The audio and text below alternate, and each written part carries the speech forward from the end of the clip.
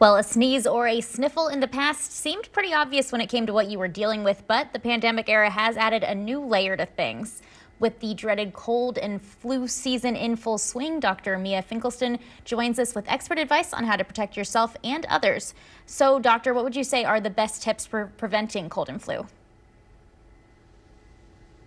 Well, it's important to just take care of yourself all year round, right? You know, getting adequate sleep, exercising most days of the week, eating a nutrient-dense diet, and drinking plenty of fluids. And then you can come into the cold and flu season at your best. But when the cold and flu season strikes, people often ask, well, how can I boost my immunity in a short term, of course?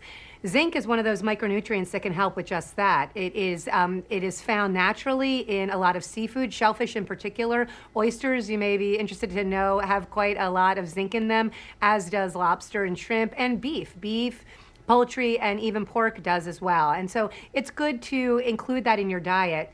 But zinc is also found in many over-the-counter, cold and flu remedies.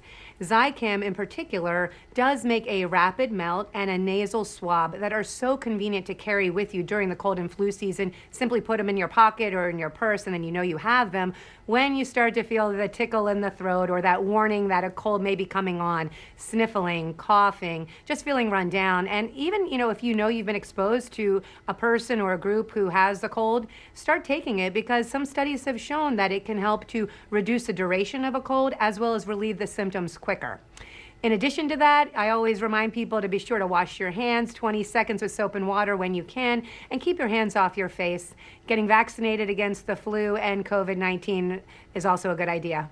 And obviously a lot of symptoms in common there with the cold as well as COVID. So what's the best way to know which is which when you are feeling sick? Yeah, that can be tricky, and I know it's a point of stress for many people who worry about it. So let's just talk about the similarities first. I think fever, congestion, and cough are pretty common. In the beginning of both illnesses, you might get that tickle in the throat, so you can't really rely on that.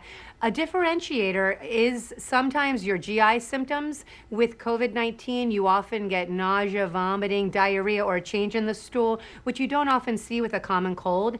And the alteration in your sense of smell and taste, that can happen with both, but it doesn't always happen. And with COVID, it often happens in the beginning of the illness and can last for a while, or it can be over very quickly. Whereas with the cold, if you get that alteration, it tends to be at the end of the illness associated with heavy congestion.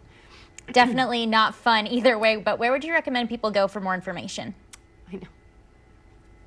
For more information, go to zicam.com.